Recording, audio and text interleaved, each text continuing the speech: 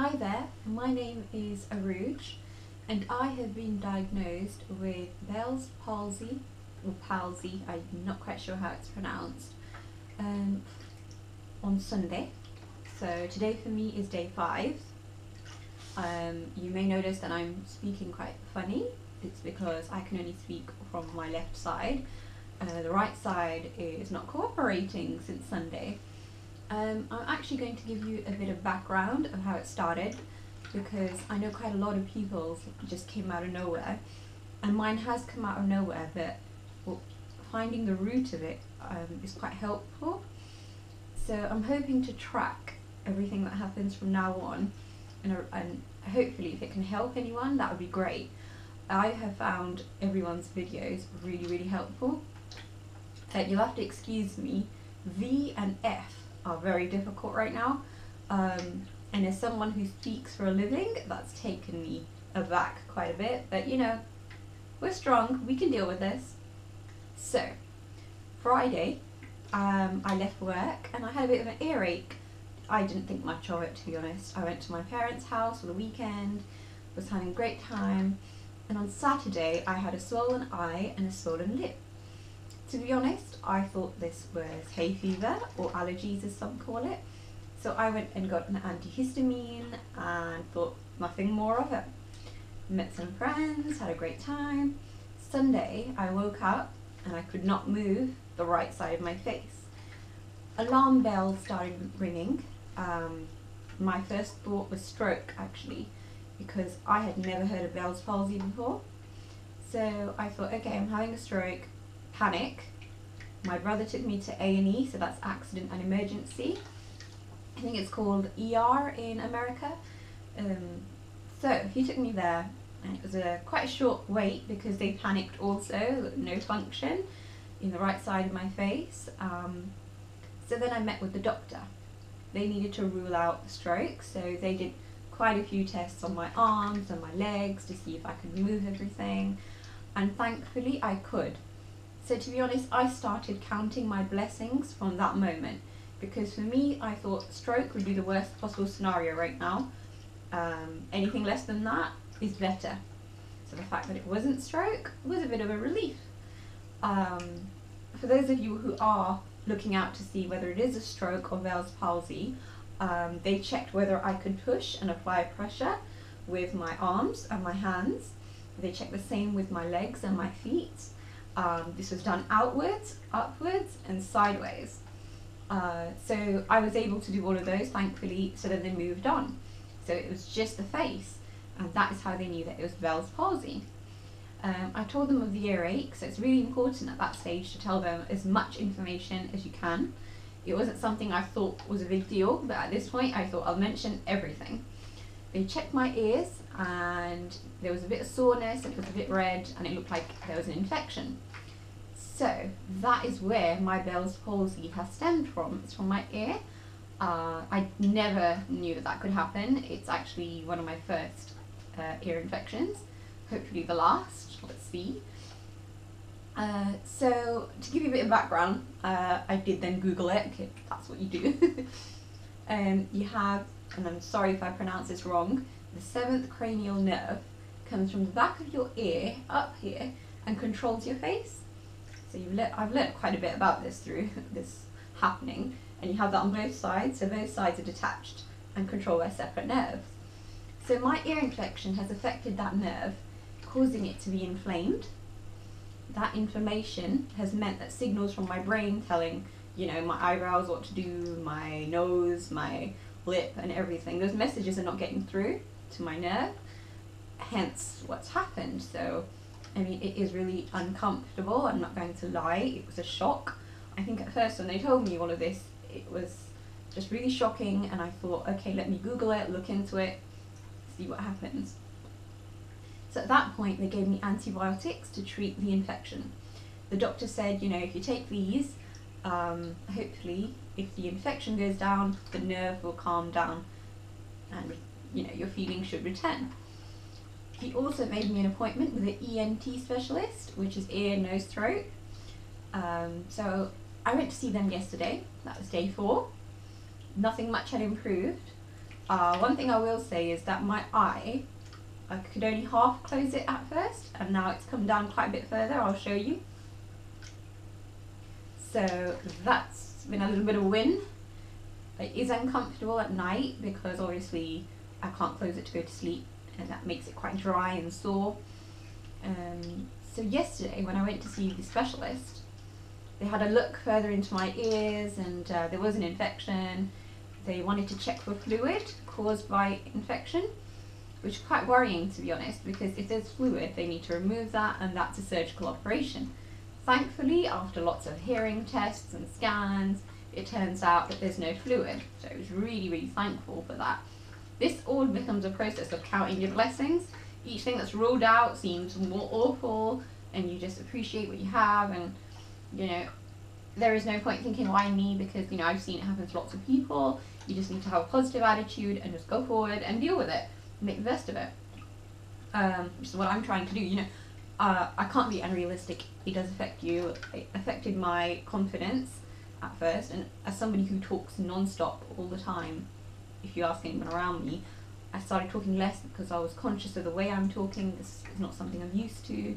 The way I'm smiling, you know, I look like a Bond villain, as many people have said on the YouTube videos. It just makes you very self-conscious. But you know, the swelling goes down and it gets a bit easier. And you know, it's funny, it does cut off right in the middle. So on this side of my tongue is numb, and I can't really taste my food and don't know what's going on. A bit in the side of my cheek a few times, ouch.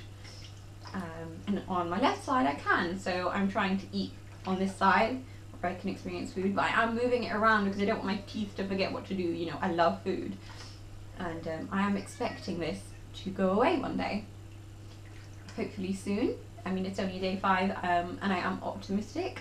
So yesterday when I met the specialist, they gave me a few new medicines. They told me to carry on with the antibiotics, which I have been doing. They also gave me a steroid.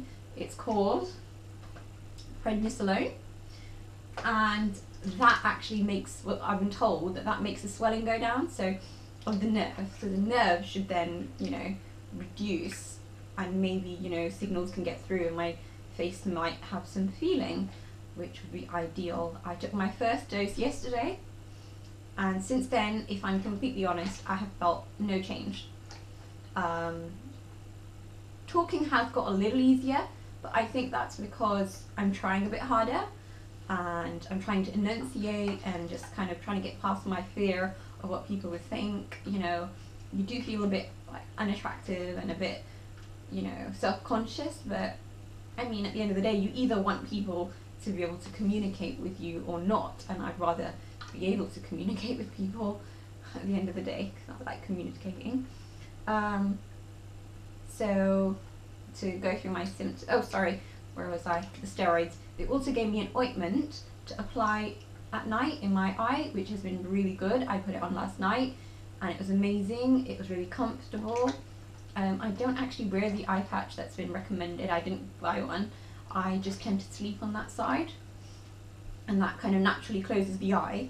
And throughout the day I manually make myself blink as well, because I know it's not doing it itself, and that's what makes it dry. So if I do the manual blinking, I notice straight away that moisture comes into the eye, and you know, it's really nice. So, you know, I do advise that because it's helpful. You know, make sure your hands are clean though, because you don't want to make things worse.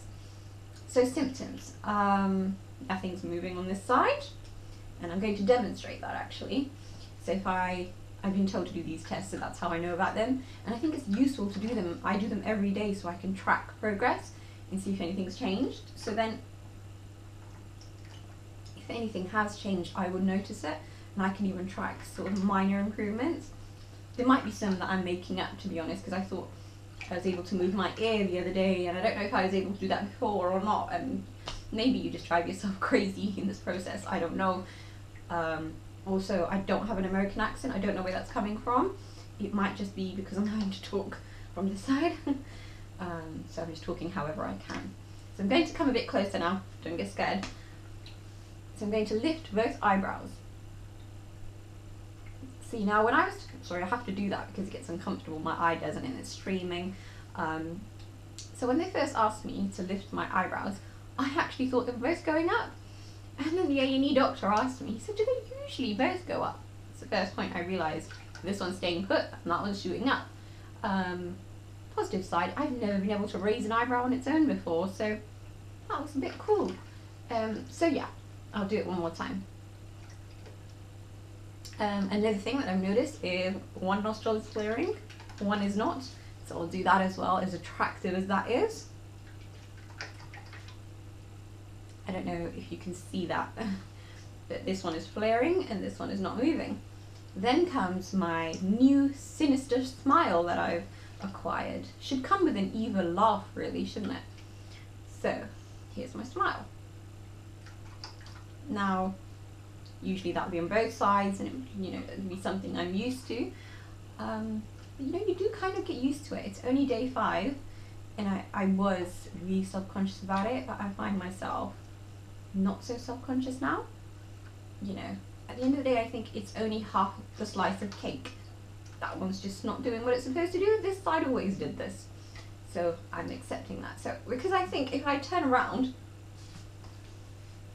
and smile, that would be my natural smile. It's just that it was on this side as well. Just picture that it's there right now. Which is what I'm doing. It's probably keeping me sane. I do hope that I get feeling back. And I have a meeting with the ENT department tomorrow, the same specialist. She was amazing. So really glad to have people who are really concerned and helpful. That's always really a nice thing to do. I must say right now that NHS is amazing and so helpful. And I'm really grateful that we have the NHS because, you know, they provide a lot of support and I'm really, really grateful for that. I have to say F there, which is hard, as you can tell. Right, so I showed you. Eyebrow, the nose, lip. That's it really. That would be what's working. That would be what's not. They said that the steroids should take effect in 24 hours. So I've come up to 24 hours now and I've taken 2 doses. So one is feeling quite optimistic. I'm hoping I go to bed tonight and I wake up and something will have changed. It might not, but you've got to have hope, don't you? And I've decided to be that way. So I think being positive is the way forward. If I get down about it, then you know what's going to happen. I was anxious of laughing because I think it looks strange. And now I'm just poking fun at it. That's my defense mechanism. I will turn something into a joke if I can't handle it or I'm trying to cope with it. It's my coping mechanism. So today I went back to work for the first time today since it happened. And I have actually been fine ever since it has happened. No breakdowns, no crying, you know, a bit of stressful thinking off into the distance. But that's about it. So I went into work and I was a bit apprehensive about what everyone would say. And I'd come up with all these things that I would do. I will cover my face, you know, if I'm smiling or someone makes me laugh so they don't notice it. But, you know, it kind of fell away after a little while. They loved me for who I am. Everyone was really, really kind and, you know, I thought I would be grossing everyone out, but nobody was grossed out, which was, you know, really quite amazing. And I explained what happened and they were all fascinated, but more than anything, they were all there for me. So I think you need to believe in the people around you because they might surprise you. They can be really, really amazing and you need to give them that chance. I was offered hugs all day, cups of tea. I don't even drink tea. So it was really quite good. One thing I did have to mention to them is I'm okay as long as you don't ask me how I am. That might sound really strange, but I have been fine this whole time. And then HR came up to me while I just sat down on my computer and started typing, getting back in the flow of things. I love going back to work. I'm a bit of a workaholic, but it makes me feel normal again and I needed normality. I can't just sit at home and hide. So, you know, back out there, told everyone the story, everyone knows now, nothing to hide. But then both HR ladies walked up to my desk and said, oh no, what are you doing back? How are you? Just asking me how I am. That hit it. I just started crying, I broke down, they took me into a room, they talked to me, and you know, once it starts, it doesn't stop. I cried and cried, I didn't even know what I was crying about. It was my first breakdown since this has happened, and you know, I was quite embarrassed. But then it was kind of refreshing because